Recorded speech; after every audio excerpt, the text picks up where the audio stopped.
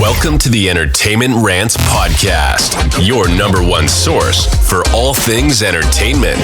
Join host Marco Mazzola and his fellow ranters as they sound off on the latest movies, TV, and the world of entertainment.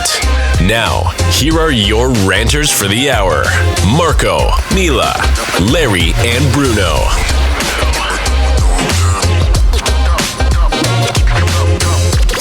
Hello, everybody, and welcome to the Entertainment Rants podcast. I am, as always, your host, Marco Mazzola, and we are here today with a special Whovian episode. We're going to talk all things Doctor Who for the latest season, new season, season 1, bullshit, that Disney has now on Disney Plus, because, you know, they have to reboot everything and restart everything. It got to be special like that. Got to be special. I'm sure we'll get into that with Mila later again, because we went through the whole Masters Universe thing. Oh, yeah. What else?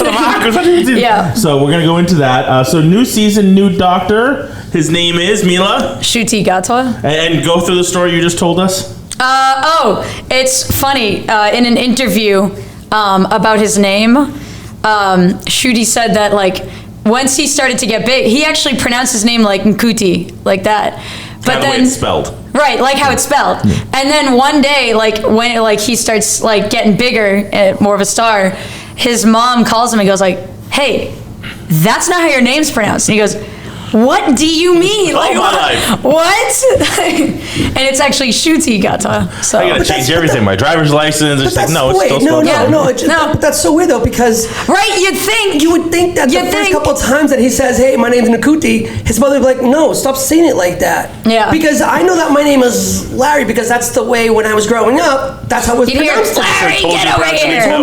When you like introduce yourself to people, even family members, who always go, "Hey, what's your name?" I still do that to Christian. Maybe it's a nickname. Every time we say Christian, goddamn Mazzola. Like we should, you know what I mean? He makes him do it every time. So if Brad's around, you tell him. So what? That his family just let him continue to call himself? I guess so. I don't know, man. And then finally, she was like, "He's special. Just let him." Because it might have been like a, like some sort of like, maybe it's like Americanized or not Americanized, but Britannicized. There you go. Britannicized. Anglophile? I don't know. Although I gotta say, I love his accent because it's I think it was Nigerian and Scottish together. So it's like such a fascinating like accent. I'm like, because I had to Google it. I was like, what is that? Like that is the most fascinating mix. He's born in Rwanda. Rwanda, that's what it was. Yeah. Rwandan and British. No, and Scottish. Oh, Scottish. Yeah. I'm not going to say close enough because I don't want to piss her real off like I used to. Close enough. Don't do that. All our Scottish listeners. Also starring Millie Gibson as Ruby Tuesday. Ruby Sunday. Not Ruby Tuesday. Ruby Sunday. Delicious burgers. Anyway, Sunday, Monday, Tuesday. Yeah. But it's 8 episodes so far. The first season of the new Doctor. Yep. Your writer's Russell T Davies back. Was he in the last? Yes. Russell T Davies directed the first 4 seasons. Right. And then it was Stephen Moffat. Yes. And then starting with the 13th Doctor. He wrote 3 episodes of this series. He did, and much appreciated. It's actually 9 episodes. Is it 9? I'm sorry. It's because it's a 2-parter for the last 0. one. Oh, gotcha. Yeah. So total and also the last 2 are a part 1, part 2 episode. Yeah, and then Chris Chibnall, and this is the first season after Chris Chibnall's era, whatever you can call that. But yeah, I was super stoked for this season because we're gonna get a December episode, The Joy to the World. Yes, something that used to be on it, like actually like low key, like British tradition. Yeah. For a long time was the Doctor Who Christmas episodes. Yes, which I've always appreciated. And Chris Chibnall, his 3 seasons, he took that away. Oh. And he did a New Year's Eve one instead because like I've made no sense. Like no sense. No, he was like, it makes sense for the seasons and stuff like that. Bullshit. And everyone was it's one of those Christopher Nolan, I can put my stank on it things. Pretty much, it was like that. Yeah. Don't bother keeping that tradition that everybody's fucking loved. Right? Everyone's like, for decades. Chris, are you going to watch the episode I'm gonna tonight? change it up. Watch me go. Watch me do this. I'm gonna change it up a little bit. Fuck you. So that was something I loved about. I was actually really excited to hear that not only Russell T Davies was back, but that Moffat was going to direct a couple episodes, and my favorite composer Murray Gold came back. Because I loved his music scores, especially when I first even started expanding my horizons of music. Yeah. I would listen to whatever's on the radio, and then I was like, ooh, I kind of like what he makes. I used to listen to the soundtracks all the time. So hearing that he was going to come back, I was like, yeah, let's go. So I was like, the gang's all here. Go. As you can tell, this is going to be somewhat of a Mila-centric episode. 100%. Larry and I just can't take a break on this episode. Yeah. Mila go for an hour. Yeah. We will interject, but Mila is our resident Whovian. I love Doctor Who, don't get me wrong. I've really only been watching steadily since... 9 or whenever? Yeah. What's his season name? 1. Season 1 when they restarted after the season 1. The season 1 legit, they restarted the entire series sort of. New Who, if you'll call it. The New Who, if you. I've really only been watching since then, so I haven't really watched a lot of the old. I've seen episodes here and there, things you can find online. I've gone back, but. I always struggle with watching old TV shows like that. I love even the original old series TV Star shows. Trek. It kills me. I have trouble watching Next Generation once I've seen Voyager. You know what I mean? The new shit. I'm like, that old shit. I can see they just taped a button to that console and put a light in it. Great. It looks gee whiz, it looks like the future. Yeah, it's like they're 1 second away from going the far future of 2012 or something. Exactly. There's a chart online. Yeah. Did you see that chart online to see where we are in science fiction? Yeah. We're at Soylent Green at this point. Yeah. We're basically there. We've already passed Back to the Future 2. We've passed a lot of shit. I mean, that was supposed was going to happen. The world was going to be crazy. Next Generation, they said 2023, I think, was going to be the Irish reunification. Yeah. Someone was like, whoa. Oh, boy. Ooh. What list is this? I got to find it. I haven't seen the list, but I just remember that line. The date list, it's pretty cool. I'll find it. So I found it on Instagram somewhere. Anyway, go through the season. Talk to us about the season. Obviously, it's a season of Doctor Who, and as typical, there's an overarching story through the whole season, and that kind of talks about, and usually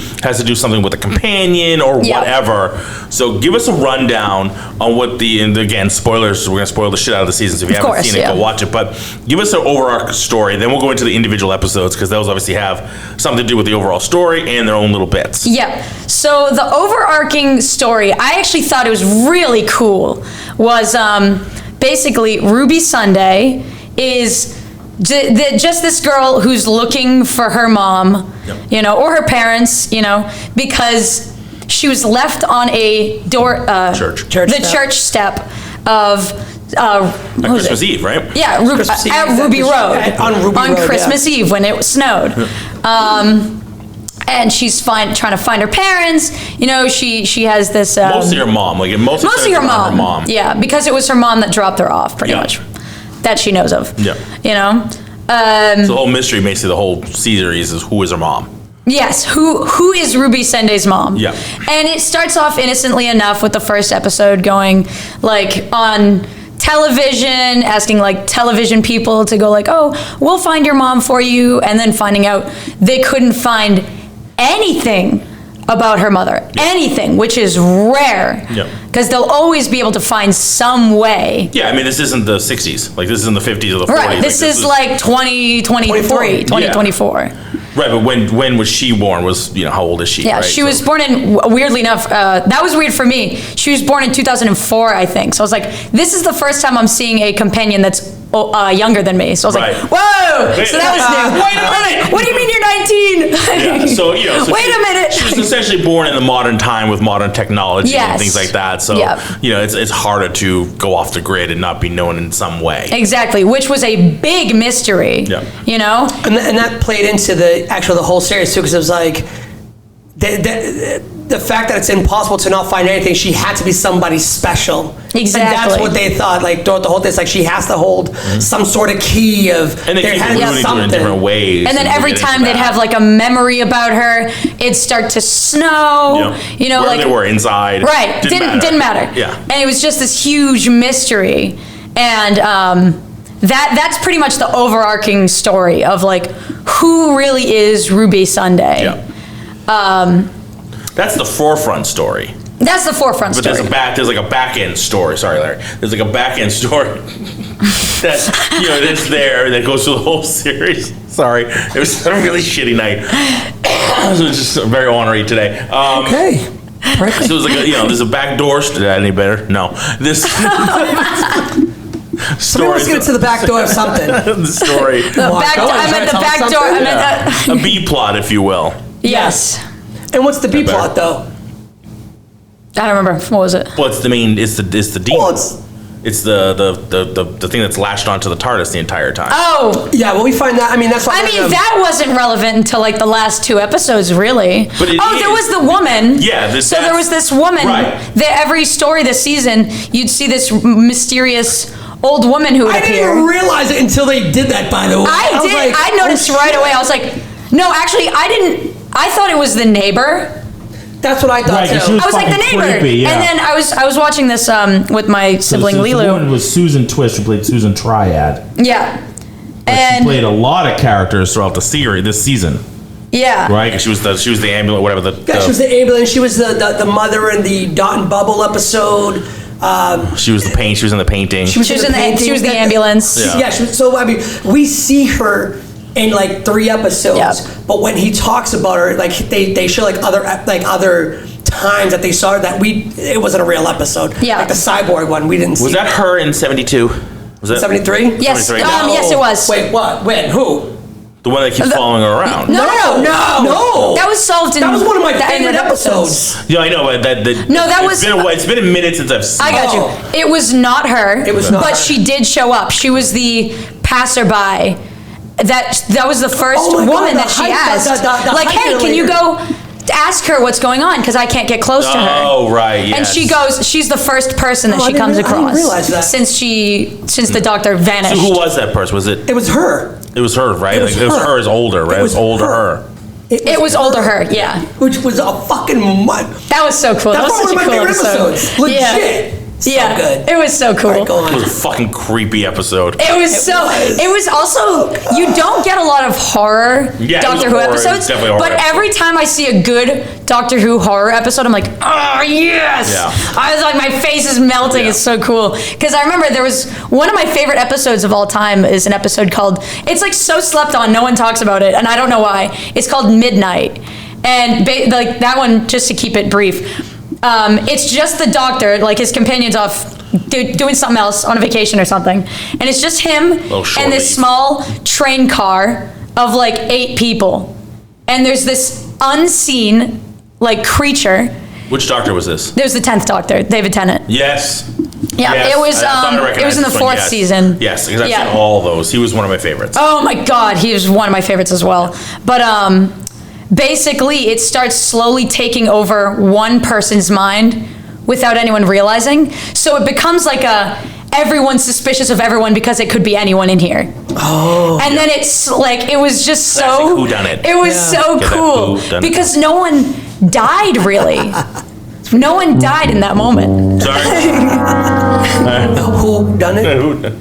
This one is. But like, and it was just so cool. It was just like cool episodes. But there's not a lot of those. There's not a ton. There was the No. Weeping Angel episode, also with the 10th Doctor. The Weeping first Angel one. episodes Every other Weeping fucking Angel creep story. me out, but I love them and they creep me out at the same fucking time. Oh yeah. Oh Like my The God. concept of like the execution, but the fucking creatures creep If me you out. look at them, they don't move. But if you Right. look away, they will catch you. Right so away, you no. can't blink. And they Like apparently they send you. To Yeah, like the future. So or they like- feed off. To my knowledge, they feed off your time energy by putting you in the past, The and there's past. no way to get you back. Right. So if you get touched by an angel, you're still alive, but you will get zapped back like a stupid amount of years before. Yeah. So like someone got touched and they went back to like one time. I think the early one of the latest was like 1980. So then he's still alive in present day, but now he's so old. Right. You know, so he can't go Was back that to the his final life. episode with Rory and No, that was Emmy? the Angels Take Manhattan. That one was like the one where, oh my gosh, oh my gosh. Kind of a jump the shark episode, let's face it. That was a big jump the shark. It was I almost wanted to see Freddy running through like, oh, Freddy's taking Manhattan, and so are the Weeping Angels. Cool scene at the end. Ganged up, like Freddy vs. Jason. But like, oh my God, why am I forgetting what it's called? Lady Liberty. Yeah. The Statue of Liberty. Yeah.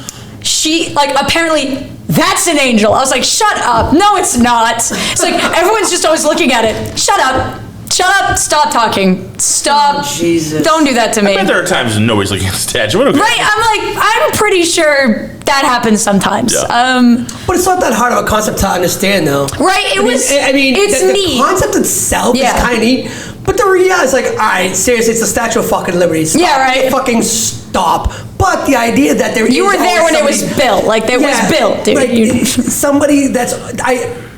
I do believe that there's always an eye on the Statue of Liberty, no matter what. There's people that are walking by, driving by, swimming by, live streams, flying, you know. Cameras. I mean, I feel probably like, at this point, especially. I mean, especially at this point. But even before, like, you know, there being cameras fucking everywhere, there had to be. And it was back in the 20s too, like 30s or something. Yeah. So I was like, all right, buddy, relax. Listen, you had a lot of people coming over to Ellis Island, so that was a big thing. So the concept itself, the theory behind it, isn't that super far-fetched. Yeah. But again, it's a Statue of Liberty. Shut the fuck up. You couldn't make something else an angel. Okay. Sure, buddy, sure. Okay.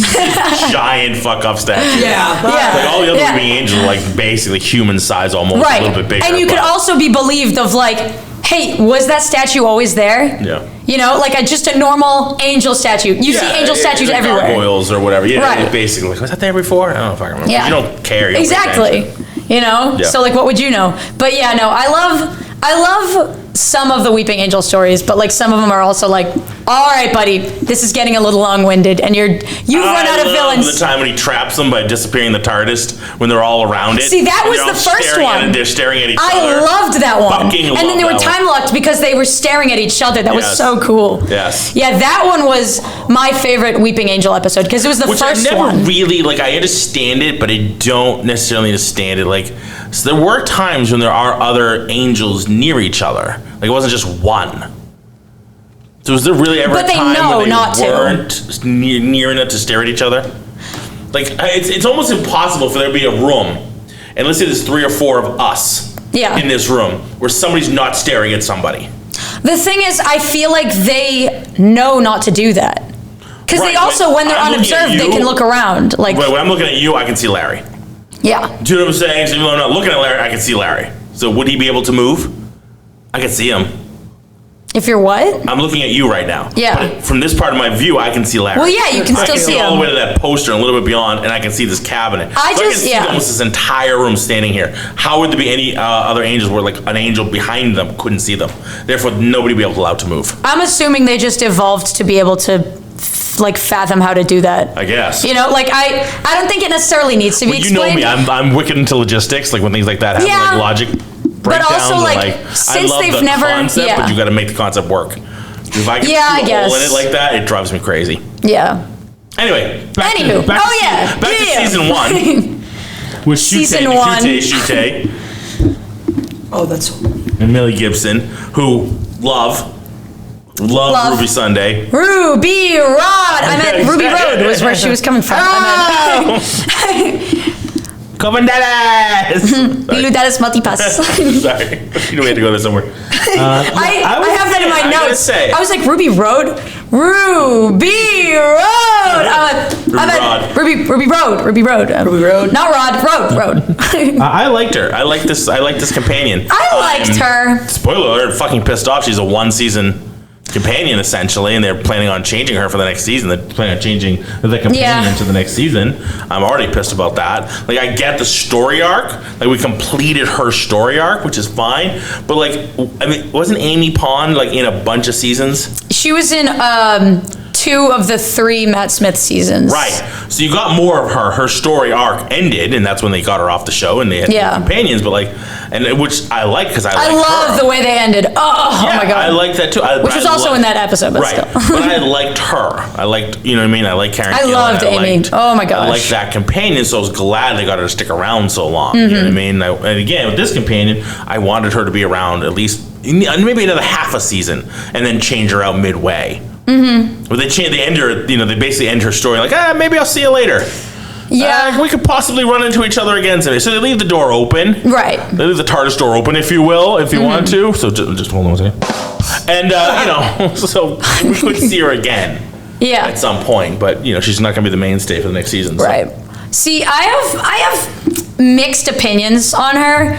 Like I liked her, but I feel like her entire personality was, "Where's my mom?" Which I get. Like that's tragic that happened to her. Yeah. But like also, you've grown up your whole life not knowing her, and I get that you're searching for her, but that was like 80% of her character for me.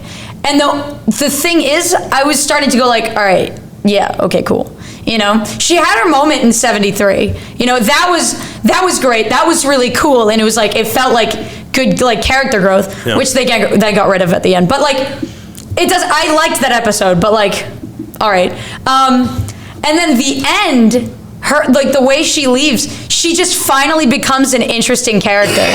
Yeah, and she's like, fine. And then she leaves, and I go, oh. That's my point. Gotcha. All right. That's exactly my point. Like, I liked her, and I liked where she ended, and I liked her character arc and growth. And at the end, we're like, all right, they like cut her short, and I was like, a really all right, good character, right? We flushed her out. It took us a season, which it can do. Now we got a really good character to go forward with. We've gone over her personal shit, so now she can be a great companion because she was like. She had, energy, and she liked it, and she liked the adventure. And sometimes you get people like Donna, who are like, really? Like I like. Are you serious? Donna. I like Donna. I loved Donna. But there was, she was very much the like Scully in that episode. Like she was in those seasons. She was like, yeah, this is kind of tiresome, boring. Like this is really dangerous. I don't know if I really want to do this. And like she was always like pulling back of like, I don't know if I really want to keep doing this. I don't know if I really want to keep going on with you. I can get that, yeah. You know what I mean? And that's not the companion I want. I want a companion. You want someone who's all in. Yeah. Like Clara was. Clara was all in. I was a huge X-Files fan. Yeah. And I love the people, but that was one thing that always bothered me, but I understood why you needed it. You needed the person who completely believed, and the other person like, hey, let's tone it down there, psychopath. Right? Maybe we need to run this through some checks with the green men. You know what I mean? But for this, I don't want that. I don't want the person who's always the naysayer. Like, you fucking have a TARDIS. You have a time and space ship. What the fuck? You're gonna like, if it's too dangerous for you, sissy pants, go fucking home. I want somebody who's in this and up for the action. You gotta some kind of way meet the Doctor's energy. Yeah. It's impossible to meet 100%, but you gotta meet it somewhere. See, the thing is for me with Ruby was like, she didn't leave much of a mark on me like any of the other companions did. Like Rose was Rose, she was the first one there, and she was fiery, but also like kind of annoying, but she felt like she was up for it. She was up for it, Martha was, the thing is, it's funny, actually, with a couple Martha rewatches. and Clara, to me, were both like stick in the muds. That's really funny to me because on my rewatch, well, like billionth rewatch, but like at my big rewatch after I had seen like all of classic Doctor Who, and then I came back with like a fresh set of eyes almost. Rose, I thought less of. Martha, I thought more of, because I liked the fact that she could handle herself. Rose was always like, I can't do this without the Doctor here, And even if she did, she'd go, I screwed up, But Martha was like, I can handle myself, You drop me somewhere else and I can do my own thing. I didn't like that she was always pining after him, but like, he did kiss her day one, so whatever. He's like, this means nothing, and she goes, nothing? Nothing? And he's like, no, I'm serious. Nothing. And then Donna was so on fire. I loved every. She was sassy. She was so sassy, very sassy, but like she just didn't seem like. But she had so many good scenes for me. She had great scenes. She had good comedy scenes. It was a type of companion I didn't like. At the time when I had first seen her, I didn't like that they kept putting her in like these horrifying dilemmas for how bubbly a character she is. Yeah. It's like, we have to what? And it's like, don't. It's fine. And she's like, this is horrifying. Why would you make me witness this? He's like, oops, like, you know. Yeah. So Yeah, I really liked her. But she wasn't all in. Yeah, I liked. She was always like trying to go home and be married and like, you know what I mean? Like she just like wanted her life back at home. Well, in her defense, that the 10th Doctor at that time had become like he was always on a downward spiral kind of like anger, you know? And he had gotten better, but it was like he had so much about him that was so volatile, angry, you know? man. And it was like Angry elf, aren't you? and I could see that Say she elf wanted one more time, motherfucker. So he wouldn't get that because he doesn't like Will Ferrell. I know. It was from Elf. I know he's not going to get. I have no idea. What are you talking about? Call me We're still talking about classic Doctor Who. I'm still over here like, I have no fucking idea. Elf. Keep talking. I like this shit. Ooh, look at you. Fucking watch Elf one time. Jesus. No. I've watched fucking Tom Cruise movies. I saw Maverick, even though I can't stand that. You did? I thought you weren't going to because you hated him. I saw it at home. Oh, okay. I did not go to the movie theater and spend money on it, but I saw it. He doesn't want to spend money on a Tom Cruise movie, but he'll watch a Tom Cruise movie. Yeah, for the podcast. Gotcha. To talk Bullshit. about it. I seriously doubt that. You've only seen how many, like... No, back in the day, before I really knew about him, like before I really like... Okay, so you saw watched him on a public langle. So yeah, when I was younger, and I watched Cocktail and watched things like that. Mission Impossible. The first one.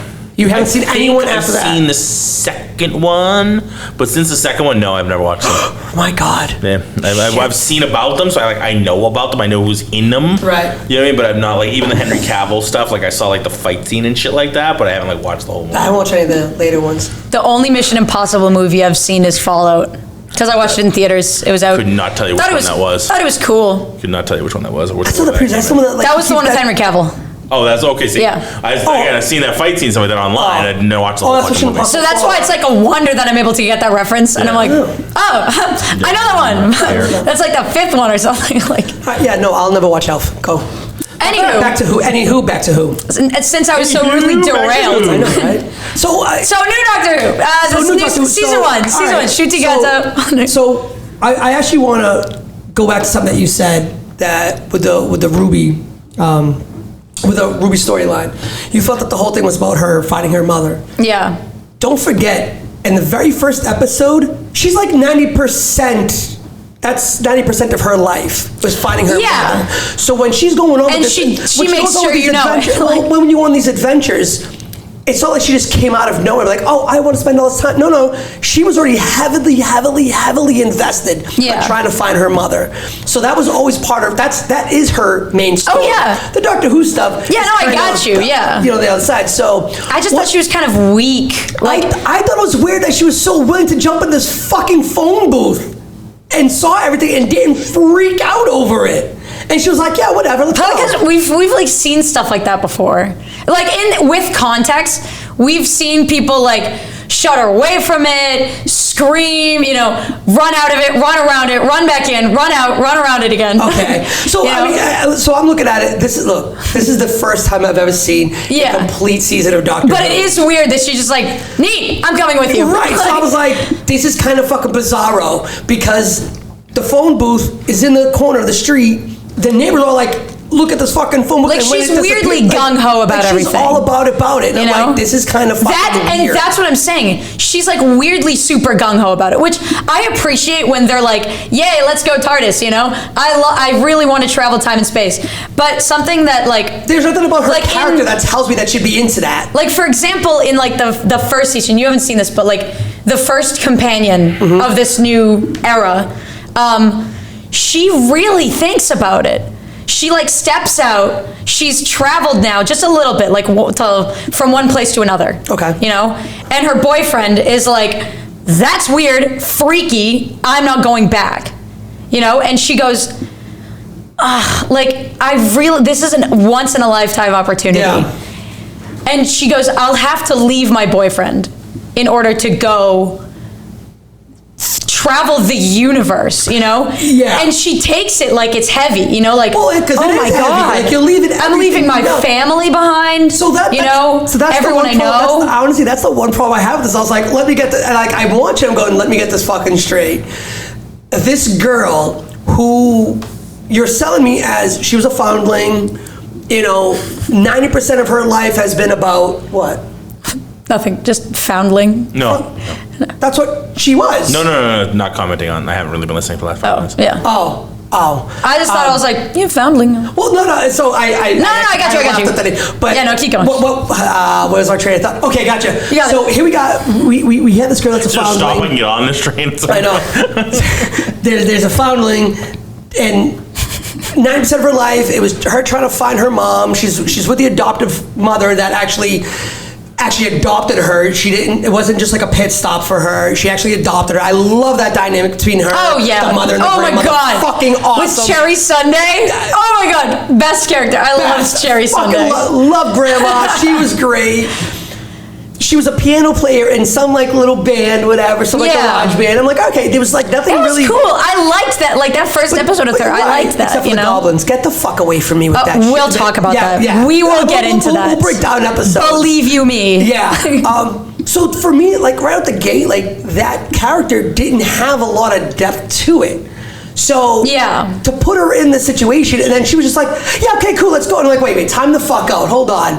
You're going to put everything on hold. She didn't even think about anything. She just goes, all right. She was like, yeah, I'm cool, let's go. And there was no consequence to that either. Because you've also seen that before. They leave, because like even with the first companion that like really thought about it, when she first comes back, her mother is pissed. Because you see that it's like, the doctor's like, oh yeah, we'll be back. It's been 3 days. You could just say that you were on a sleepover or something. Yeah. And they find a missing poster that says she was gone for 3 months. Oh, Jesus. And she's like, and her mother is so pissed off. There is hellfire raining down. Oh, yeah. You know? Yeah, because but there's no consequential, like, there's no time. Yeah. Like, for them, it's like, oh, we were only gone 3 days. It's like, no, mother bitch. We were gone for 3 months, 3 months, like, motherfucker. But, like, with this, it's like, oh, yeah. I travel time and space. And her mom is just like, yeah, go ahead. Oh, yeah, okay. I'm like, this is fucking bizarre. Not even like, don't get hurt, be safe. Because you even see, like, when the first companion's allowed to go again, her mother goes like, you don't let her get hurt. Yeah. You need to promise me that she's going to be safe. Yeah. With her, she's like, she hardly has much dialogue with him in the first place. Goes like, yeah, all right, have fun. I think that we see that in a couple of the later episodes, though, we see him kind of like when Ruby is like in danger, like he breaks down, the doctor breaks down. He's like, I told her mother that I would keep her safe. So I'm like, all right, cool. So and then they go, do you mind? Sorry. They do like a little bit of a flashback, if you will. Yeah.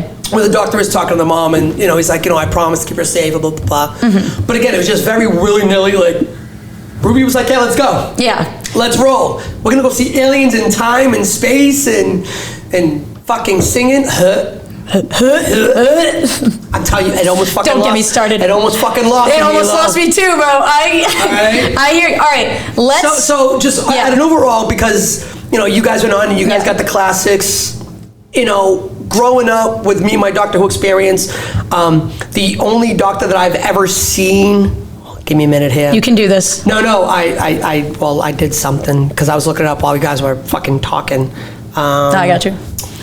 Was Tom Baker. Yes. That was the only Doctor I knew.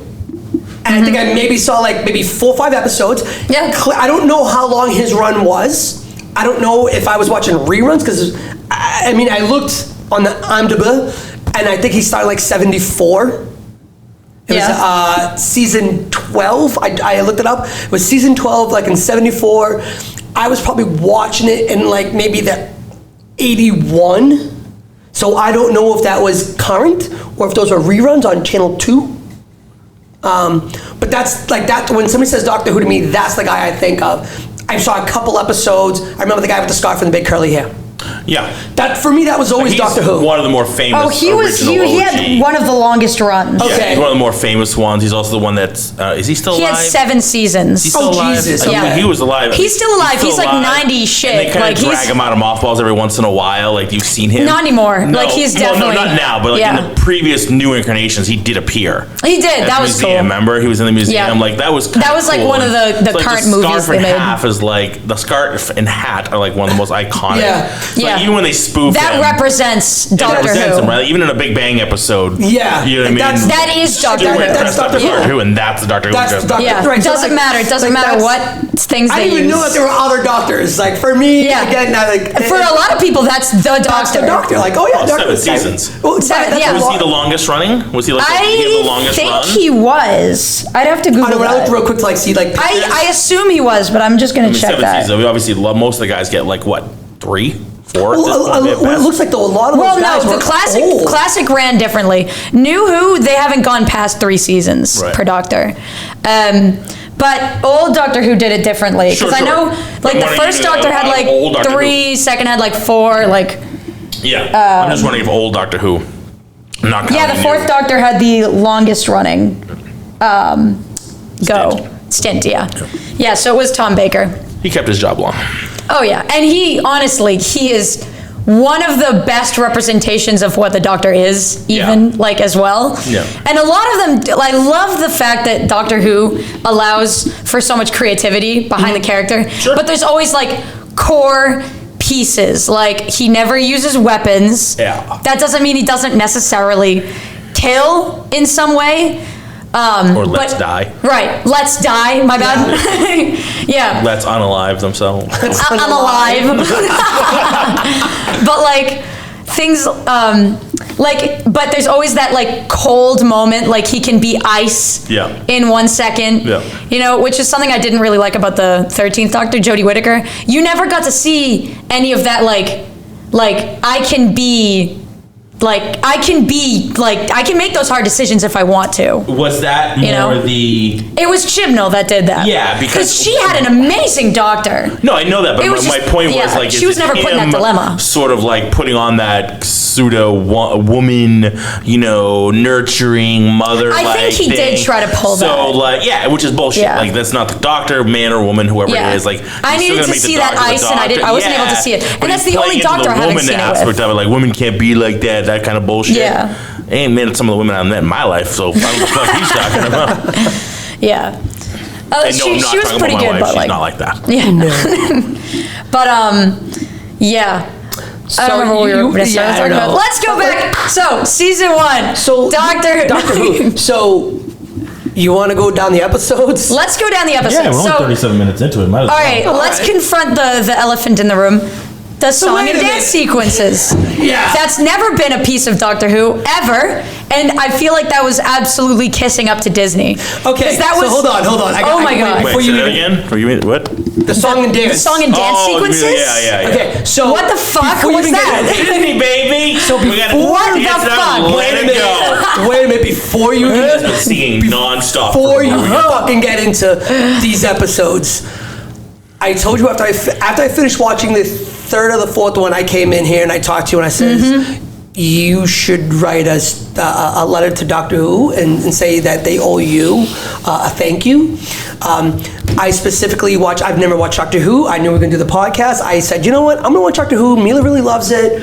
We're going to do the podcast. I'm going to fucking watch it. I'm invested. So I went into this fully on invested.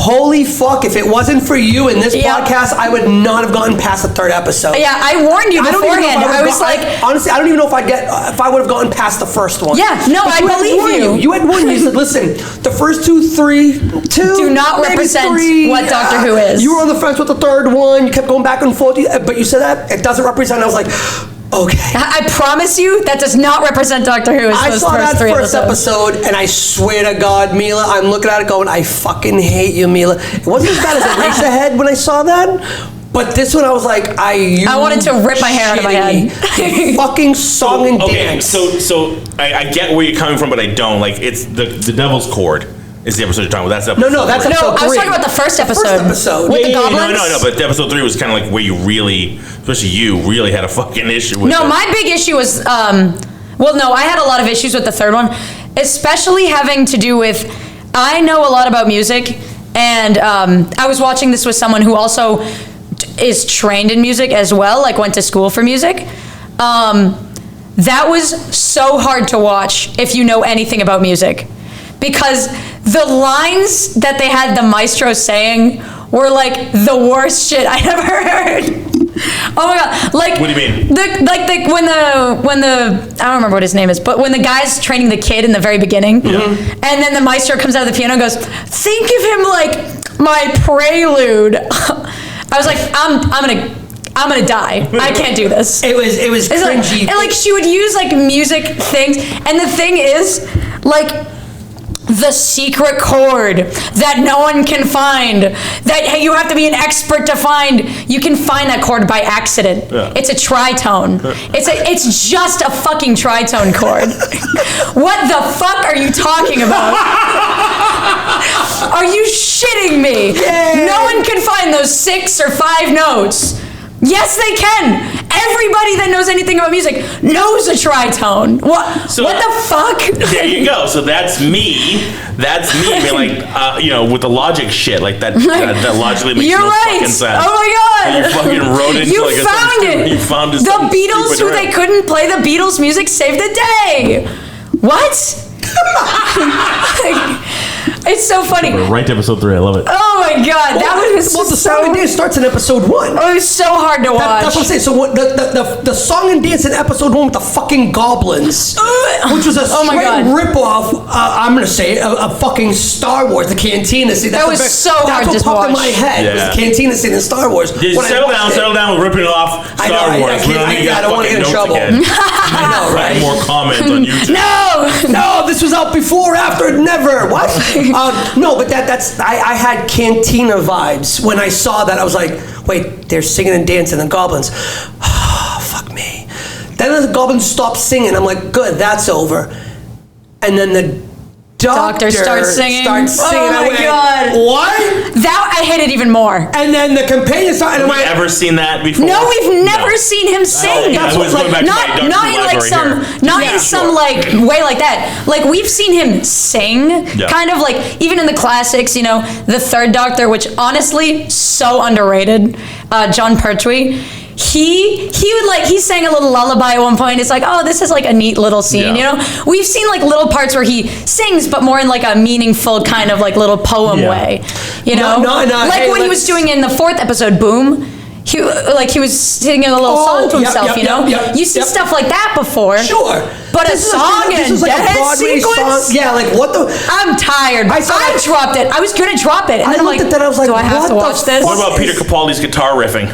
Oh, that was gorgeous. That was awesome. With the glasses. Oh, also, sonic glasses. Yeah, awesome. That was so cool. I loved him. Also underrated. Who? How you doing? What was that? Peter Capaldi. Peter Capaldi was the 12th Doctor. He was the one before the girl. What the fuck? Yeah. So he played the electric guitar. And he was also the oldest one of the... Wasn't he like on top of a tank? Actually, fun fact, he's the oldest person to ever be the Doctor. He was older than William Hartnell when he was first the Doctor. Yeah. Who looks old as shit. Yeah. When he's the Doctor. Was that the guy with the all white hair? Uh-huh. Yeah, he was like 60. So those are Jesus Christ. Right? So I was looking at the pictures of like the original Doctors before Baker. I'm like, these motherfuckers were old. Right? Like that's why they didn't last 6-7 seasons. Because they were already old. Yeah, he had to leave because his health was declining. I believe it, especially in the 60s. Like, healthcare wasn't the greatest. Right? Like, we know that. Yeah. So, like, But they brought him back using, what's his name? The guy AI. who played the no. Well, yes. No, they used to replace actors. Yeah, didn't they use the guy from Harry Potter who played the janitor? Yeah, he did. Isn't it him? Yeah, because they had like him. 12, the new old guy, do a crossover episode with the first Doctor, which was fine. It was okay. Like, as someone who'd watch, it's so funny. New Who never knows how to handle the classic episodes because they usually just pretend they kind of just didn't happen, other than the smallest, most minute detail that you wouldn't have gotten unless you actually watched all of it. Like, you'll get like, ooh, he uses a fake name, but that fake name is actually like one of the companions' names, or like in a throwaway episode. Like, so you're doing the sort of thing where like they're using. They give me crumbs, and when they Whovians who've dissected every part. Is that a real word? Or you just making that up? Whovian? No, that's what. No, Whovians what big fans of Doctor Who are called. Oh, fuck's sakes! Yeah, no, that's what they're called. Whether you like it or not, whether I like it or not. So you're Whovian. Yes. Fucking right. You're like, oh, this guy, that guy. It's like a Trekkie, Oh, okay, that makes sense. Bronies. It's like bronies. Bronies? What the fuck is a brony? You'd rather not. You don't know what a brony is? It's how would he know what a brony is? I just fuck up with them. The fucking hate that I know what that is. Not that you've seen it. You ever heard of the new My Little Pony TV show that was on Princess? What, Twilight Sparkle? No, Twilight Sparkle. Nope. So there's this whole bunch of like guys, like middle-aged dudes who are like massively into the show. Because it like the show itself. It was actually kind of like well written. It was a well-written show, and it wasn't just aimed at little girls. Like it was aimed at more. It was aimed for anyone who wanted to watch it. Yeah, kind of like why people are watching Bluey, but like different reason. Right. But like, so there's this massive fan base of dudes who love it. And they're called bronies. They get fucking tattoos. They go to the conventions all dressed up. They do like costume contests. Oh yeah. No, it's huge. The only reason enormous. I know that is I watched Comic Book Men. Gotcha. And there was an episode that they went to one of the conventions, and there was one guy comes in and he's a brony. You know, a typical heavyset dude, lives in his mother's basement, gets aired out once a week so his mom could change the sheets. Gotcha. You know what I mean? Type of thing. Like, classic. He goes to the comic book shop on Wednesdays because that's the new comic book, so mom can change the sheets. That's basically it. So he's a brony. And he's got a tattoo, and All right, that's awesome. No, I'm not one. No? No. All right. Oh, pity. So I'm not a Whovian or a brony. Sparkle tattoo coming up from underneath this. No, God. I don't think Star Wars fans have a name, do they? I'm sure they do. They're probably like, I'm a Jedi. Called cults. Assholes? Yeah, we can. Fucking haters. Grumpy fucks? We could talk about that at a later time, Anywho. which we will. Anywho. So- this who? No, we'll get to Acolyte, but it doesn't mean we're grumpy Oh, yeah. fucks like the rest of the people on the So internet. the first episode, I'm telling you, Mila, man, like if it wasn't for the podcast, it wasn't for you, I definitely would have been like, nah, I'm all set with this shit. Like, No, that was fucking whack. I promise you, I actually stopped watching it after that episode. It was so fucking And then whack. when I'm you like, suggest, like when it even came up like- that I even should like the way- podcast, I was like, "Fuck, are you kidding me?" Okay, even And then I watched it with the way- Lulu. So. even the way- I mean, we're 47 minutes into this thing. Like, the overall, I enjoyed this season. I liked Not it. my favorite season I've ever watched, and I'm talking only New Who because I've only seen. Yeah. Since Eccleston, really, like legitimate. And the only We one I haven't even actually started going through the episodes The yet. problem is I have never seen any of the Jodie Whittaker stuff. I think I saw the first episode. Yeah. And it just didn't. It wasn't that well written. Don't blame and I you. just didn't really get into it. But I love Jodie Whittaker, and I wanted to That really was like such it. a disappointment. And at some point, I probably will go back and just watch it to say that I've watched it. Yeah. You know, to have seen all of them. She I'm has kind of one a completist companion that that's way. worthwhile, and it's I'm kind of a completist that way. I like to complete the series. I want to watch it from, you know what I mean? yeah. So eventually I will watch it. But I am glad I watched every episode. And there was definitely some big misses. And there were some episodes yeah. I really enjoyed. Like 73. Like, Yeah. You know what I mean? All right, let's move on. So, Space Babies. No. All right, let's move past that That one. was the second one. I was like, what the fuck am I fucking watching? Space With the babies with the Babies. boogie monster. I'm like, you fucking no. I'm legit so boogie tired, monster. bro. Yeah, like it was a legit boogie monster, but it's just the way It we was came made, Fart that it was ended it, made bro. from their boogies. and the fart, like we talked about, and the spaceship, it farted, and that's how they propelled themselves. Like it was so What? sucking up to Disney. Fucking It Like, was such a Disney part. I was so tired, bro. Like, we need some Wait a Disney. minute, in this. the death glares that I was giving and Lulu this whole boogies time, I'm like, and farts. don't you fucking dare. fucking adults Don't you left make me the watch this babies shit. up there and said, we're out. Shut up. Fuck you. Again, I was looked so at it, tired, bro. I almost texted you with just the words "fuck you." Like, Yeah. that was it. That was gonna be my only text, just specifically just to you. I wasn't even gonna send it to Mark. I'm just gonna fuck you. Fuck you, Mila. So fuck How dare you be a episode 2. Whovian? Not that he knew that word. No. Yeah. Overall, and I'll tell you why I liked the season at all, is because I liked the Doctor and I liked his companion. Yeah. I thought they were worth watching. The episodes, again, there was a couple of good episodes. Most of it was kind of Disneyfied and that, but I liked the Doctor, so I'm interested to see if they can move it forward and make it more, more of the originals, not the original, but like the David Tennant stuff, the Peter Capaldi. I'll tell you what though, watching this, it does make me, and I know I've talked to you guys about it, like I was always like, maybe I will like go back to like throwing a classic, just kind of pick a season or pick a Doctor and I'll just follow his seasons. Start with right? David Tennant. Start with David Tennant. Okay.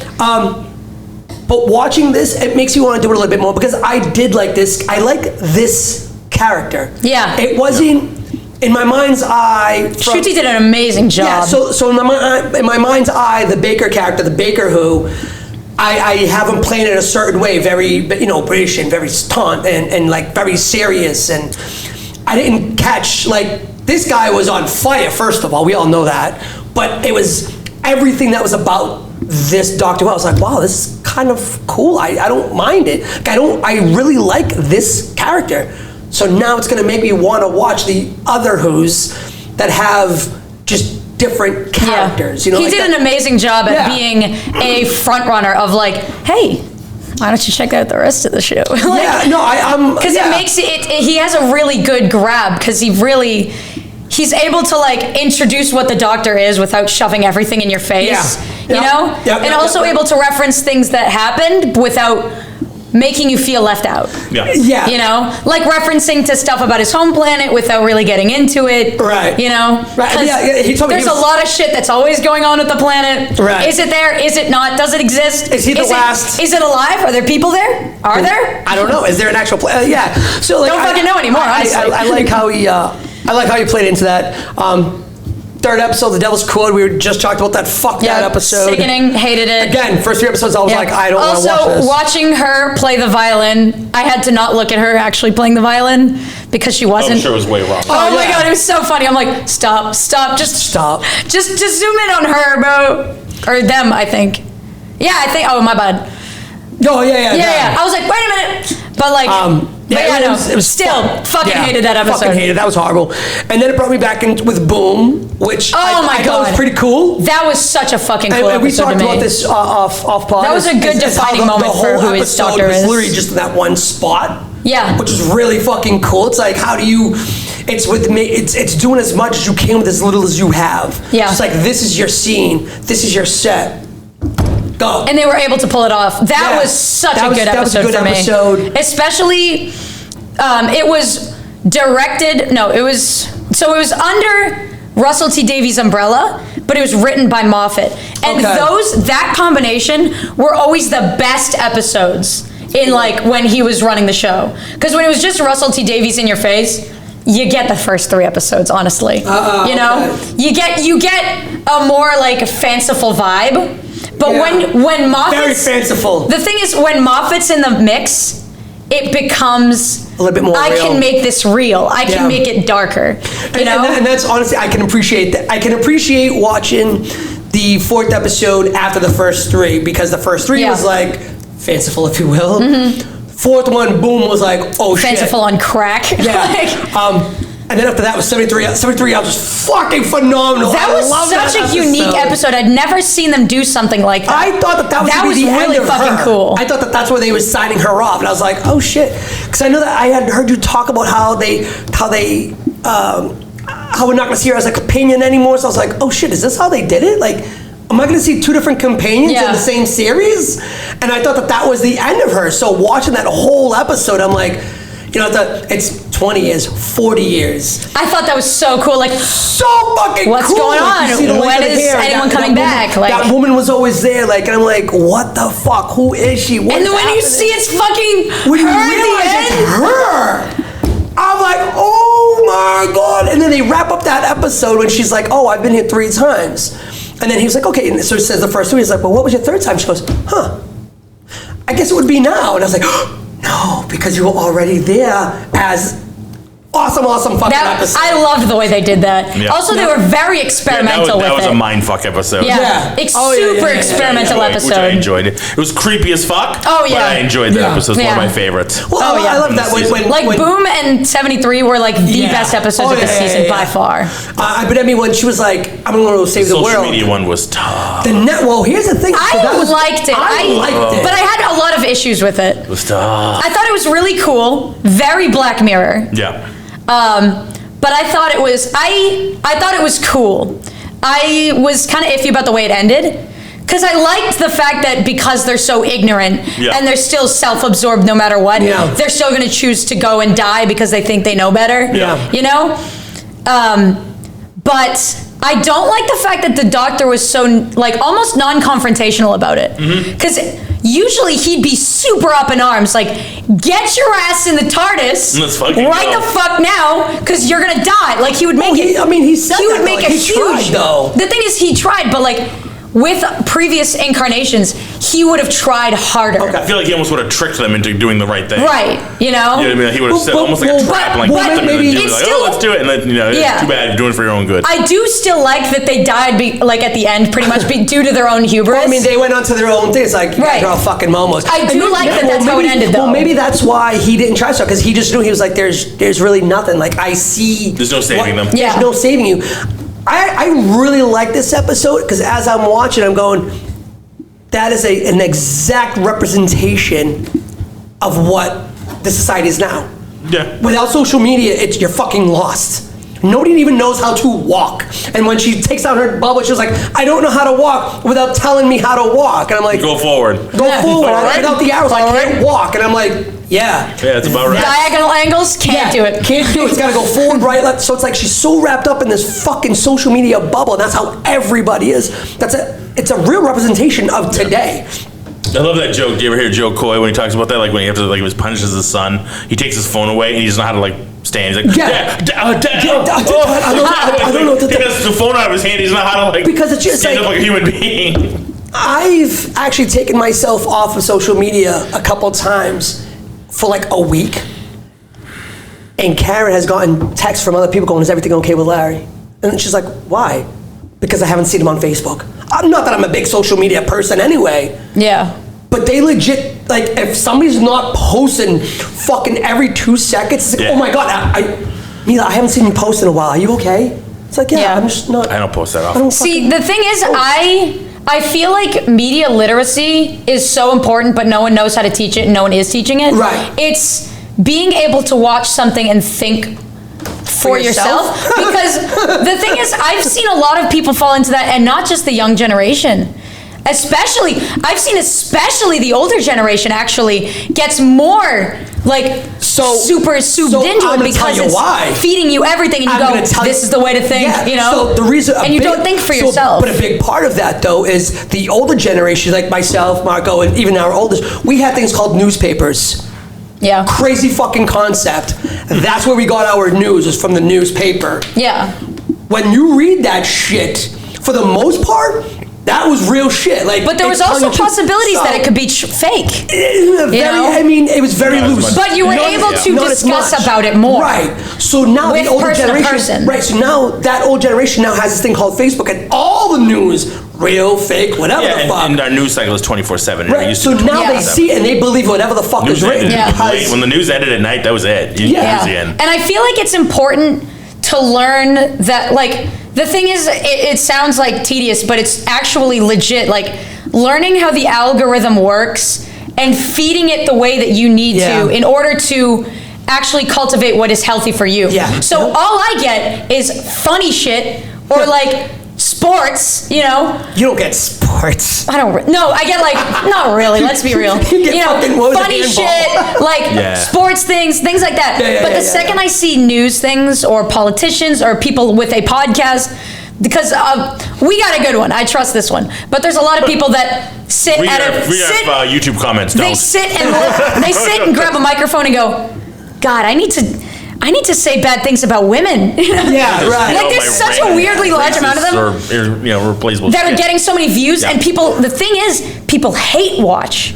Oh my God. And that is yeah. something we know. Star that Wars. no one Star Wars actually is like one of the fathoms. most hate-watched fucking properties So, on like, the planet now. people don't know how to feed the algorithm, so they don't get shit So like they don't that. get the other shit. Yeah, I agree. You with need to Yeah. scroll past that shit. You need to Yeah. dislike. You need to learn how to do that. But they don't know how. They'll just Yeah, go like, they're just- God, and Yeah, but then they comment say, they're something. like, oh my God, did you see this? dislike I'm like, it. yeah, that was fake. They're like, Yeah. no, but I Yeah. saw it. I'm like, I've done a no, lot no, of work on that mine. was Did you fake. try that. using Google? Did you look it up, or did you just? You can Google you just this took shit. somebody. It's called clickbait, or did you just say, "Oh, that person said it, so I'm gonna believe it"? Oh, Exactly. Yeah, no, I've worked hard So- on mine. Like, Yeah, it's same just here. Random. It's just fucking Yeah. comedy, stand up, and porn. Like, I don't give a fuck. It's just What a coincidence! So is Zip it mine. down. Yeah. Yeah, but that's honestly that I did like that dot and bubble Yeah. because like she was sitting at her desk and they're like, I know it's hard. Bring down your bubble. Just look at the fucking table in front of you. Like she couldn't even do that. Yeah. You know, and that's like even guys at work. I will see them. They'll be up on a ladder doing something, and if they have the free 2 seconds, like if they're waiting for somebody to pull the other end of the wire or something like that, if they have free 2 seconds, their hands right on their phone right away. And I'm like, bro, what are you doing? I know. Oh, I got instructors in here that do it. I almost killed somebody last weekend. Yeah, so I mean, it's working with my kid. Yeah. And he took off for a second, immediately pulled the phone out of their pocket, out of their gi. I'm like, what the fuck? Oh no! What is that doing there? To get my kid who was taking class, like, hey, come back and just sat there and be like, hey, phone, what the fuck? What? Excuse me. Yeah. So you can't. So that's what I appreciated the Dot and Bubble as kind of like, cheesy or whatever it was. Yeah. Because it was really. It was like these rich entitled people that got sent to fucking planet LA. Yeah, exactly, right? And it was like, oh my god. So, as cheesy as that was, I understood the subject matter, and I was like, I can actually Ricky appreciate September. It. Yeah, right? Ricky September. And to save her own ass, she was like, oh, wait a minute. He's like, yeah, his I fucking real name read is actually, and walk. Yeah, right? I take down my shit. I take down my shit actually all day. I do other things. Yeah. But in order to save her own ass, she rats him out what his real name is. I was like, bitch. I liked that she was still a bitch in the end, though. Oh, yeah, she had to be. The fact that she didn't just have this sudden revelation. I'm like, she would not have that type of fucking revelation in 20 minutes. Yeah. No, definitely not. I apprecited that. Yeah. No way. No, I mean, and then we saw it at the end. She was like, I can't be staying with you people. I'm like, good, go fucking die, bitch. So, I mean, I did like the Dot and Bubble, as cheesy as it was. I did understand the subject matter. The next one was Rogue, which I thought was fucking pretty cool. I thought it was a cool episode. I thought the romance was cool, but I had a couple gripes about it, not because of the romance itself. I mean, he made this cringy fucking D&D line, which was pretty bad. But other than that was one line of many. He's like, roll for perception. Yeah. Die right now. So I kind of caught fucking laser beam your shit. Like, I understood what you said. I was like, you're a fucking dork. Right? But like, shut up. But my only issue with the romance here was that I had seen them do it better in the spin-off show Torchwood, which was like, that stopped being a thing in like 2013, maybe 2014. It's a spin-off? Torchwood's a spin-off. Of what? Of Doctor Who. How? Because the Doctor Who universe is very expansive and vast. Okay. And this was one of the most loved characters. And it's based in Earth and dealing with alien Earth shit, basically. Okay, cool. Next. But my thing is, in that Torchwood episode, you have this like time traveler guy named Jack Harkness, right? And he goes back to World War II ball thing where it's a bunch of military men who are going to go off, and he knows going in that they're going to die the next day. Okay. Now he goes there and there's like, I don't know, some stupid alien threat or something like that, something Aliens, I don't really remember or care about. What I cared about was there was the romantic subplot of that, which felt like more like the main plot, but there's this other captain called Captain Jack Harkness, because you find out that that's where he took his name from, because this nobody who dies in this battle, right? So wait, I'm gonna cut you off. Yeah, no, I got you. So are we gonna get some Jack on Jack love? Yeah. It was kind of funny. I was like, all right, buddy. But the way that they do it was that this Jack on Jack love off was that in that episode the Jack from that time was of that time, a World War II captain. Yeah. His men look up to him. He's a great man, you know. And he falls in love with a man. Right. And he's like so in his shit about it, like it's disgusting and it's wrong. We can't do this. You're disgusting. Like, and he's so pissed off, but he still likes him, you know. And then they have this beautiful like slow dance near the end of the episode in front of everybody, you know, and you see all these men look to him with various looks of disgust and shocked, and like some are like, oh, you know, like, you know, but like jealousy. He has what I want. Yeah, right, you know, right. But like it's beautiful. It's a beautiful scene because there are so many stakes for this guy. Yeah. Now, and then you knowing that this guy's gonna die the next day. Die the next day. So it like, you know. And in this episode, again, I liked it, but there was little to no stakes. They're both time travelers. Yeah. Right, one's a they're bounty hunter, They're both from space, So when they have their little dance, it doesn't mean much to me. Yeah, gotcha. Because they don't give a shit, really. Yeah, but you've already seen it done so cleverly and classically. But it was in a so well done that when you saw it this way, it was almost kind of like it was a cheap way out. Right. It felt like you could honestly also just totally compare them.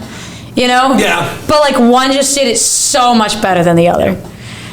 So I liked it. I liked the romance. I thought it was cool. I liked that they bantered back and forth about that. Yeah. But at the end, I was like, Torchwood did it way fucking better because of the stakes. Yeah.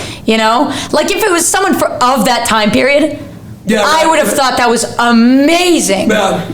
But then I was like, oh, okay. I mean, he sacrificed himself. Right. Again, awesome. It was just done better before. Gotcha. So that the whole back and forth, the whole romance between those two guys was done better than Torchwood than it was. Yeah. But again, I liked the episode. I thought it was cool. I didn't care. I thought, it was fun. The shapeshifters. The shape-shifting birds. Yeah. I was like, yo, that's a pigeon. That's awesome. That's an owl. He got feathered on his head. I thought that was pretty cool. I liked it. What just happened? Yeah, I thought it was fun. I didn't think it was the strongest episode, but I did have a fun time. Yeah, and that's how I felt about it. Just definitely wasn't. And it was a good hey, just so you know, in case you didn't know. Yeah. He's gay. And you go like, hey, oh, okay. By the way, he's gay if you didn't know by fucking episode 7 to 6. Shit. And honestly, the thing is, about him being gay, I don't care. But my only gripe is that they turn it up just a hair. Not a ton, but just enough that I can notice that they're trying to make it a little more known. Because how are you supposed to know that? Yeah. But because he's one of the only doctors that flirts first. Not much. Again, it's very small. It's very tiny. But he comments on people's appearance. Yeah. Because you have to know, that that he does find them attractive. Yeah. Because how else are you supposed to know? Yeah. Right? And, again, the thing is about the doctor, in general, he's never been a very sexual being. Right. Which is what bothered me with this season. I don't care and the thing which way they went with him. It was just that you, again, changed the character to enough that, you've amped up his sexuality after all this time. So you can note, So you can Disneyfy it and make it woke. I get it. It's their agenda right now, and that's fine. I really could care less. Word. Yeah, I hate that fucking word. So do I, but that's what they're all about, and that's fine. It is what it is. Well, I don't the thing really is, care. I don't not watch shows because of it. I don't sit on the internet screaming at the top of my lungs, standing on a chair, writing in all caps about it. The thing is, Doctor Who's always been woke. It's been woke since the beginning. Again, is fine, but it wasn't part so much of the character. Yeah. You know what I mean? It wasn't so amped up as it was in it wasn't amped up that much, really. No, you've seen him have romances before. But I never really go to this show for that. I never really go to Doctor Who for a romance of any kind. Because he's always been an asexual character, pretty much. To me, it's more about the science fiction, the time travel, the things, the aliens. That's what I go to see. How he gets into trouble, how he gets the fuck out of trouble. That's what I go to see. The character developments, the relationships he has with the companions. But not the sexualized stuff of any kind. Yeah. Of any kind. Also, you know what I mean? There's so much of that out there that it's like sometimes you just need a break from it. Yeah. From wondering, who are they going to kiss and who are they going to be with and who are they going to get together? That was why Doctor Who was such a comfort show for me. Was Scully and Mulder going to get together? Was Pam and Jim going to get together? Every show you see, there's that in there. There's that story. Yeah. Doctor Who never really had that in there. Yeah. It's kind of a breath of fresh air to go to that show and be like, I don't have to worry about that. Yeah. It's just about this fucking thing. I curse the 8th Doctor every day. Not because Paul McGann in the fucking shittiest movie ever. Not because he did a bad job as the Doctor, because he redeemed himself later, but it's because he's the Doctor that introduced a sexual aspect to the Doctor in general. And it was literally just before New Who was this stupid fucking 90s movie. New Who. Because they were going to try to go what if we can bring it to America and we can make it an American show, And it was, oh my God, it was so fucking bad. It was so bad. But he's the one that introduced, hey, the doctor can be sexy and romantic. And you go, all right, buddy, because no doctor before that had ever had any even inkling of anything, you know? But with this, like, ever since the 8th Doctor, it's like, ooh, we can make him romantical. And I'm like, oh, okay, all right. I guess. Stop it. They did that a lot with, not with 9, with Eccleston. They did it with Tennant. Mm-hmm. A little bit with Matt Smith's 11th. Yeah. Not much with Capaldi, a little bit with River, but more in like a gorgeous way, Capaldi couldn't be so much. No, it was with River Song though. Yeah. At the very end, that was beautiful. Yes. Oh my God. Yeah. But yeah, that's the 13th. That's kind of like where he was. Oh my God, what they did with the 13th Doctor. Oh my God. See, again, not my issue. Like the River Song it was the writing. The River Song stuff, River Song was done amazingly. It was we didn't have to see on-screen romance. Yeah, you just understood that at some point they were together, right? And they were married, and they had, you know what I mean? I get that. And they had that life together. But I didn't have to see it. It wasn't like this whole. And that was cool. That's my and the point. flirting, kind of like Bonnie and Clyde type stuff. Like, ooh, I liked that. But it doesn't need to be big love scenes and dancing and kissing. And exactly. I don't need to see that in a Doctor Who show. I don't need someone getting swept on their feet. I told you my feed's I have plenty of other shows that I can go and see. Yeah. If I really want to see that, well, I got that. I got my Instagram feed for that. With Chibnall, oh my fucking God. I hate. The thing is, with Jodie Whittaker, they had her have a romance story with her companion, Yasmin Curtis. Mm-hmm. And oh my fucking God, the scene that they had, it was nothing. Yaz being one of the weakest characters I'd ever seen grace the screen. All of a sudden, the Doctor's like, I kind of like you too. And I'm like, fucking her? Yes? Yes. Are you serious? Exactly it. Fucking with her. With the emotional depth of a fucking walnut? That Yes? Oh my God. And they had the cringiest dialogue. I was like, oh my God. Why you gotta put down walnuts like that? Yaz was promising at the beginning, but oh my God, she just never, she was one of the dullest companions for me. And for them to have a romance, I was like, her? You can do better. You can do better. You can do better, Jodie. Come on. You can do better. All right, so bringing it back to new season, season 1. Last 2 episodes, a 2-parter. Legend of Ruby Sunday and Empire of Death. So the wrap up to the season. Larry, what were your thoughts on it? I need what you thought about it. Because I have my thoughts. As somebody who's never watched a full fucking season run of a Doctor Who, I wish it ended differently. I saw, I don't know, I felt like the lead up when we saw the character that was in all the worlds that we were in and all the episodes, I was like, oh my God, that was kind of cool, the build up, but that was basically just an acolyte of, not to foreshadow, basically, it was just an acolyte. So I liked how they played that little twist. I was like, oh my, and then I saw the demon puppy and I went, oh no. Oh, he's from Moon Knight. It's a CGI monstrosity. Yeah. It's a CGI monster from Moon Knight. Oh my God! I'm like, oh, it's a reuse. They had the model in the computer from the Moon Knight show at Disney. And oh my God, that's so funny. Throw him in here too. We spent enough on him. Change his clothes up a little bit and throw him on the fucking TARDIS. For me, it started to feel kind of halfway through. It started to feel spinning through time. It started feeling like Mighty Morphin Power Rangers. Oh yeah. Yeah. So 100%. It fucking kind of lost me, and I was very Mighty Morphin Power Rangers. Right, I thought Zord was gonna come out, and I'm like, what the fuck, man, that was weak sauce, right there, that little section really blew, and I was so upset with it. I was so disappointed because again, the leading up to it, when we start seeing, it's oh my God, she was really just placed there for a reason because she was an acolyte of the bad guy, and then Sutek, and it's oh my God, I was and the anagrams, I was oh shit, I was all right, cool, this is kind of what the show's about, and then I saw the puppy and I went, no, what the fuck is that? Oh, it's a cute little puppy. Here, boy. He's a bad puppy. And then they put him on a fucking leash at the end. Come on, Mo. Come on, puppy. Come through time. Come on. And then the old lady next door She gets brought over to watch Cherry Sunday. She pops her head. She's looking out the window, and I'm like, yo, this bitch is evil.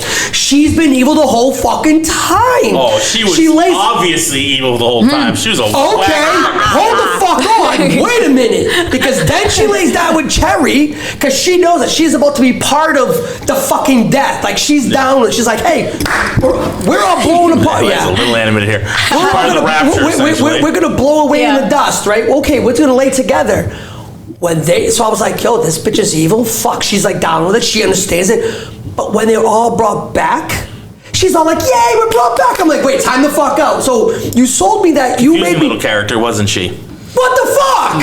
Yeah. Like right there. No, she refused the shit out of me. You right there. You had me believe that you were evil. You were just playing this game. You lay down with the old lady. You both go for fucking back to dust. But when you come back to life, you're happy that you're back to life. Like, wait, but so are you not evil? And then we see her on the roof. And I'm like, what the fuck's up with this? You know, Mary Poppins style. Mary Poppins with her fucking suitcase on, and I'm like, what are you really? Floats, opens the umbrella and floats the fuck away. That's what I was waiting for. So the lead up in that, because it's a two-parter, so the part one of it, I was kind of feeling. I liked the part one. That was like, fucking cool. Right? And then it leads up to it, and then we got it, and I was like, that's fucking stupid. Everybody comes back from the blip, the snap, whatever the fuck you want to call it. They come back, and then she finds her mother, which it was a little. Right. It was for me. It was a little. Yeah. I also have some. Yeah. So now it was a cute little reunion. Yeah. So now she's got her mom back, and now she's like, "Hey, I got my mom. I got my grandmama. Now I don't find my father because apparently they found him. And hey, thanks for the ride. I don't need I'm you. good. I'm good. Thanks for it. And I was like, that. I've got some reconnecting with family to do. And I'm like, ooh, that's how we're gonna end that. Yeah, that's what I'm telling you. I told you from the beginning of this podcast. I did not like the ending of her arc. Yeah. She's like just fucking gone now. Like, I might see you in the future, but I'm not gonna be in season 2. Like, see, I didn't really mind the way that scene of like. She had a lot of work she just found her mother. She can't go gallivanting now. You know, this is 80% of her character. Yeah. Which is the majority. Yeah. So, you know. So would it have been better if we didn't find her mother at the end and she? No, I have different gripes about. I have different gripes about that. Look how long the reason shit went through. Her leaving was not my damage. My damage was the way, like the fact that she was a nobody. All right, fine. Why the fuck was it snowing? There's no fucking way she was pointing at the sign to name the kid. That was stupid. Who fucking points like that with no witness? Yeah. Like, in a dark cloak, pointing to the... She wasn't pointing at you, doctor. She was pointing at the sign. Yeah. No, what the fuck are you talking about? I'm with you on that. Again, why is it still snowing? That was never answered. What the fuck?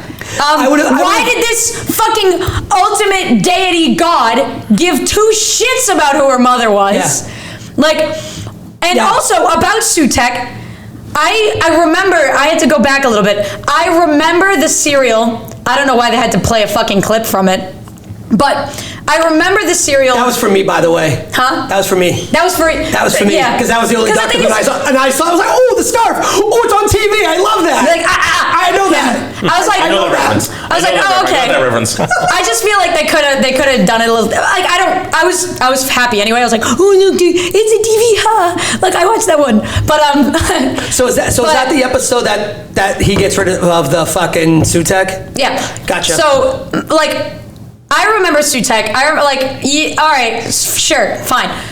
He's been there this whole time, this whole fucking time, and nobody or nothing fucking noticed. Tennant. Nothing. Nobody noticed. Capaldi. Are you fucking serious? Nobody notices. Like he's that old. Nuh-uh, bro. Like literally, no, nuh-uh. Like not even. There were other ways they could have done that. Like maybe when there are times where he's reached the very end of the universe where things get weird, you know, maybe he could have hopped on then. Yeah.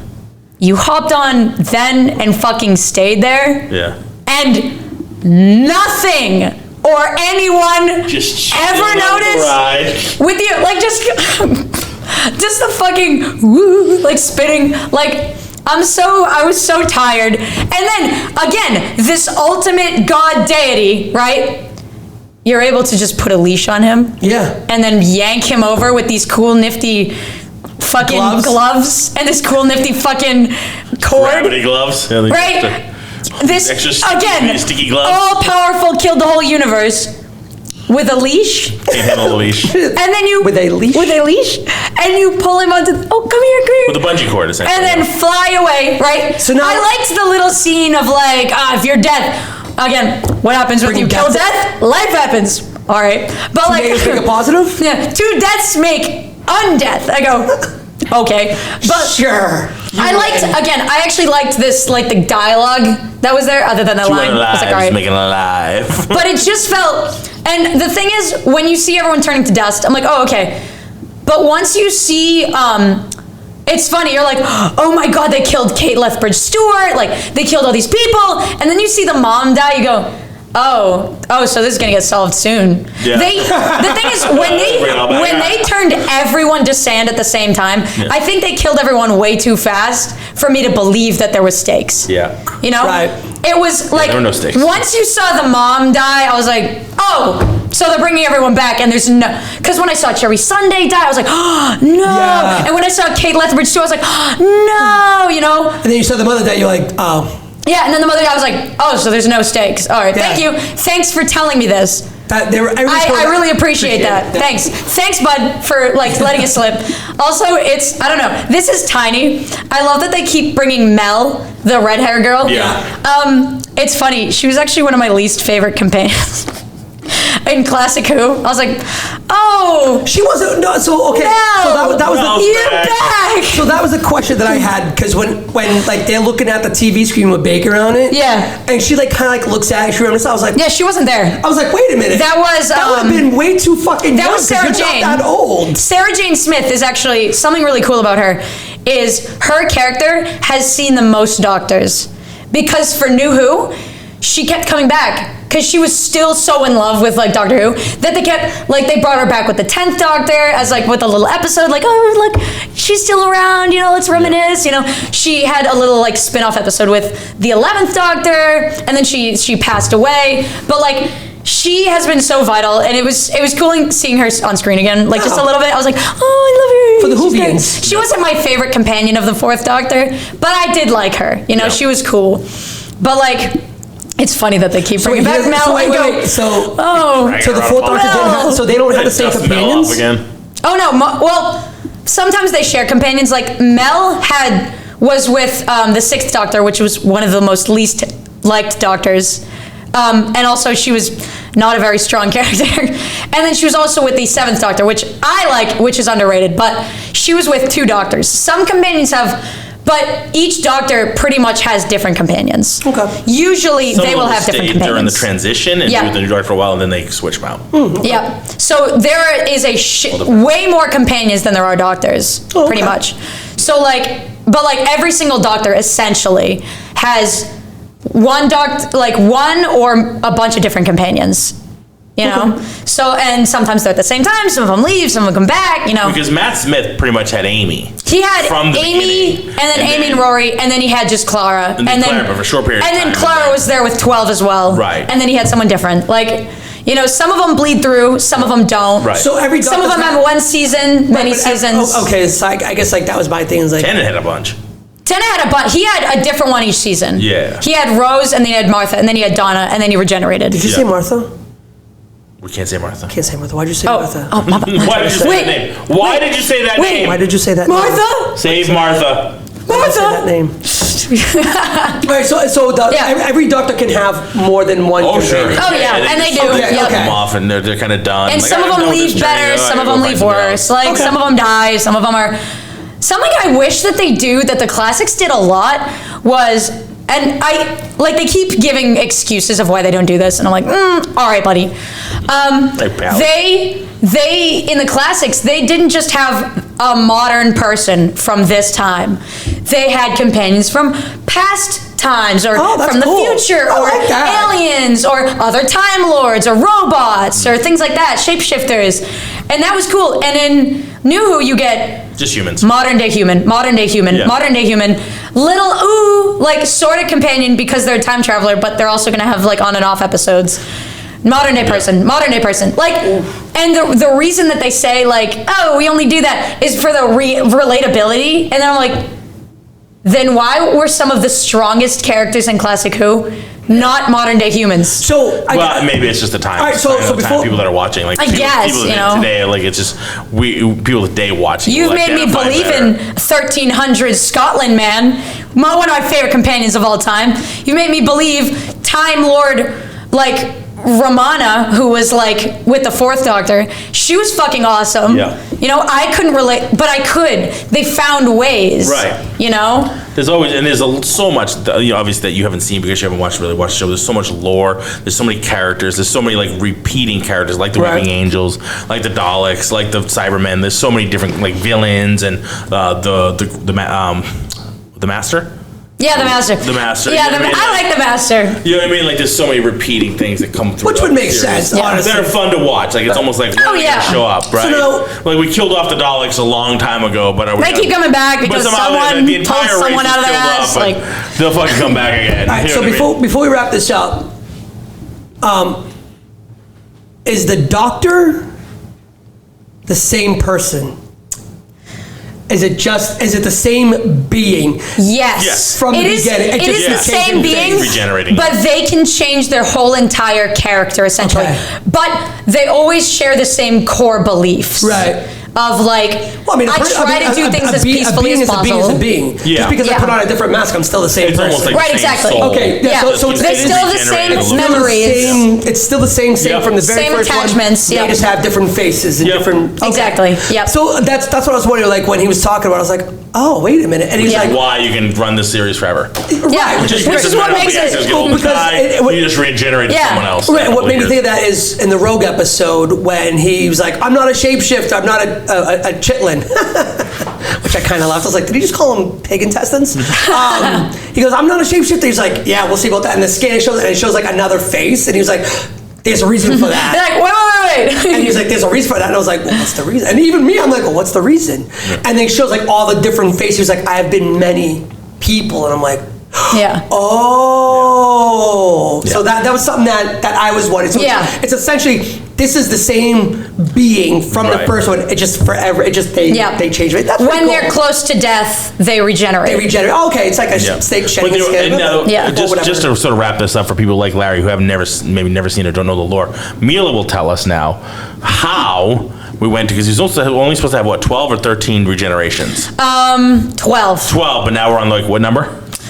Fucking 15. So the math technically like 17 or something. No, fuck the War Doctor. But like the math isn't mathing. The math isn't mathing. How did that happen? So this is the 15th Doctor. They keep fucking changing. They just reboot it. So here's, because that was it for the longest time. It was like he only gets 12 regenerations, and that's it. Here's the quickest rundown I can possibly give. With the Fourth Doctor, they really fucked themselves because there was one episode, and I remember it not fondly, where he goes, oh, I can regenerate 12 times. You shouldn't have fucking said that, because now you're going to screw yourself when you get around that number. Yeah. So with the 11th Doctor, yeah, he actually has a really cool story. I fucking hated how it ended. That's Smith? Yeah, it was Smith. Yeah. Yep. You guys are fucking wild. What they did with him, there was technically a War Doctor in between the 8th Doctor, which was the shitty 90s movie.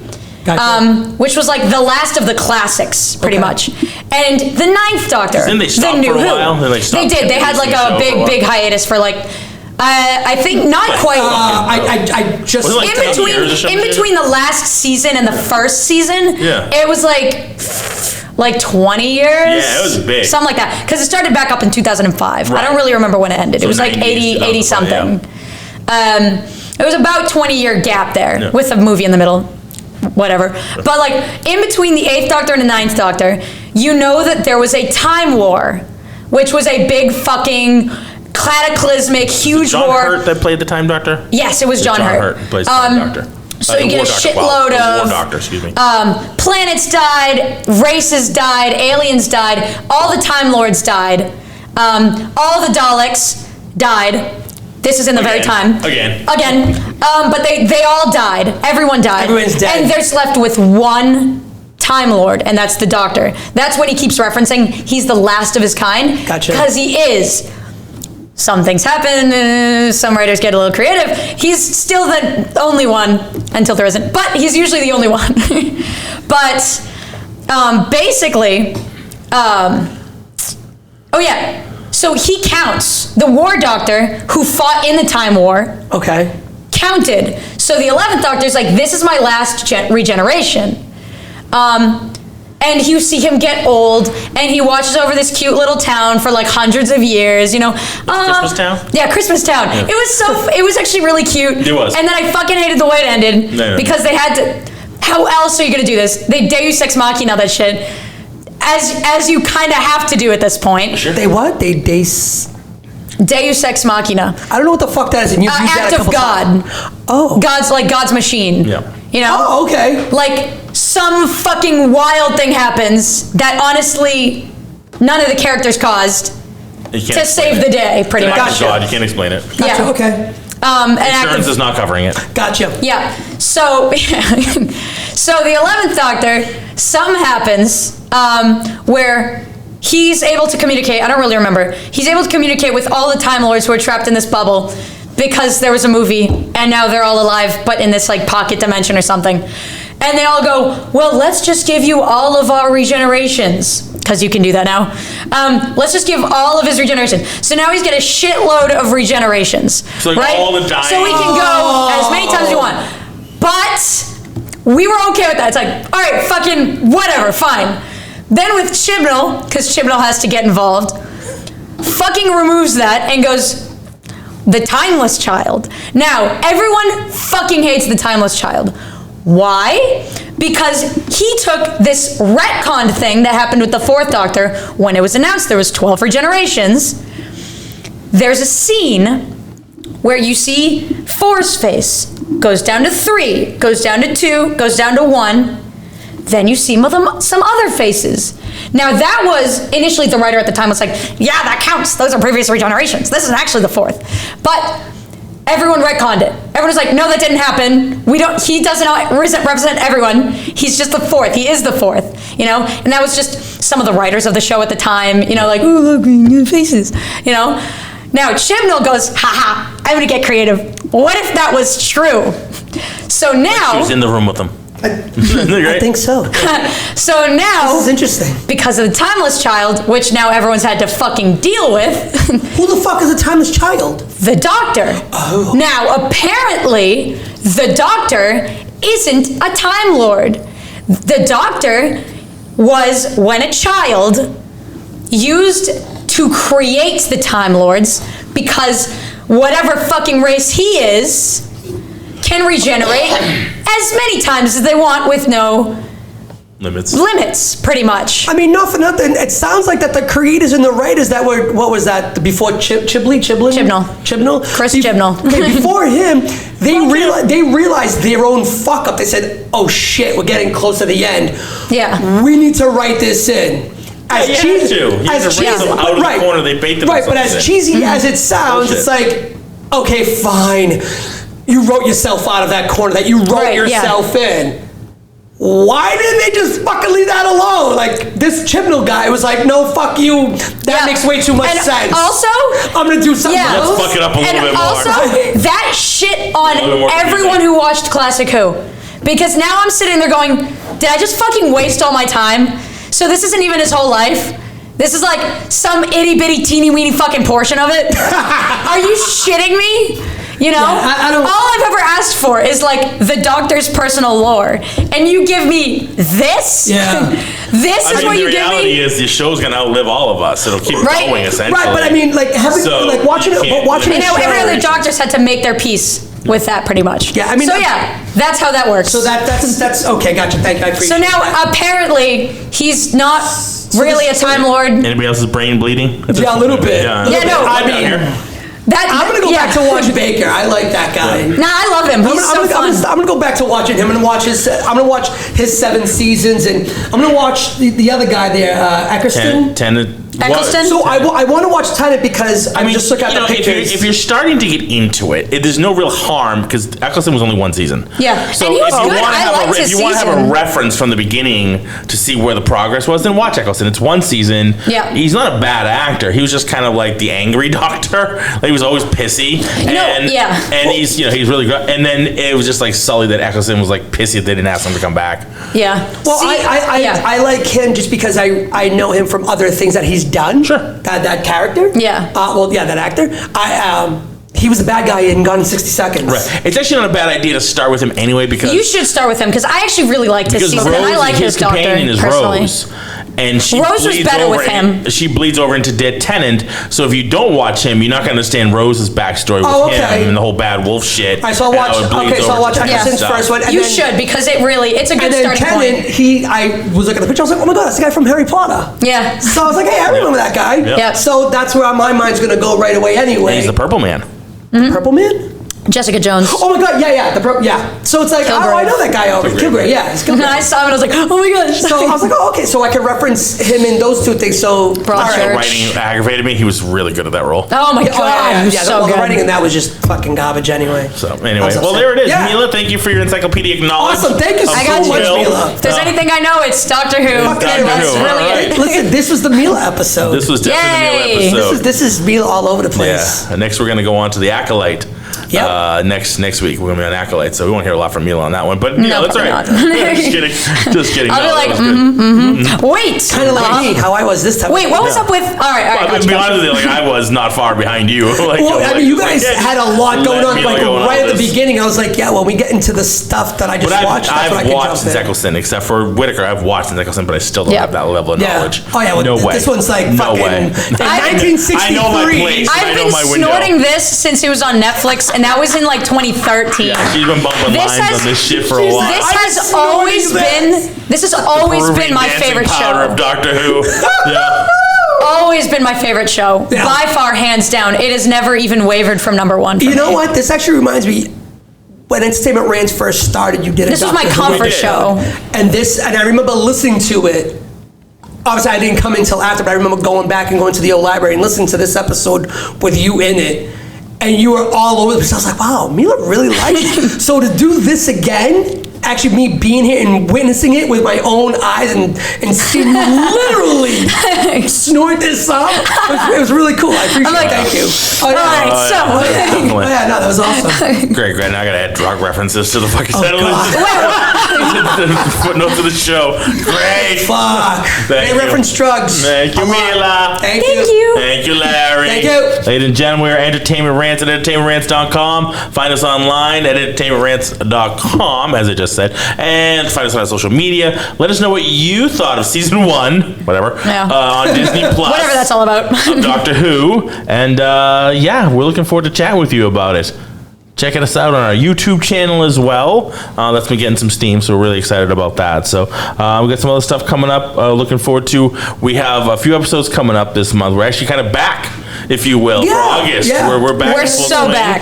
We took a little hiatus, but hopefully you listened to our Deadpool and Wolverine episode last week, which was fucking awesome. That was a long one, just like this one is. Yeah. And again, we're going to be doing Acolyte coming up. We also have the North Shore Music Theater is doing Tootsie. It's their next episode. I think it's around the 12th, so we'll be doing that week. We won't have a Tuesday show. We'll have the Wednesday, Thursday morning, whatever, Tootsie review. On that one, so that should be a lot of fun, and then back to the other episodes. So, all right, gang, thank you so much. Check us out, and what are we gonna go do, everybody? Let's rant. Let's rant. Rant it up.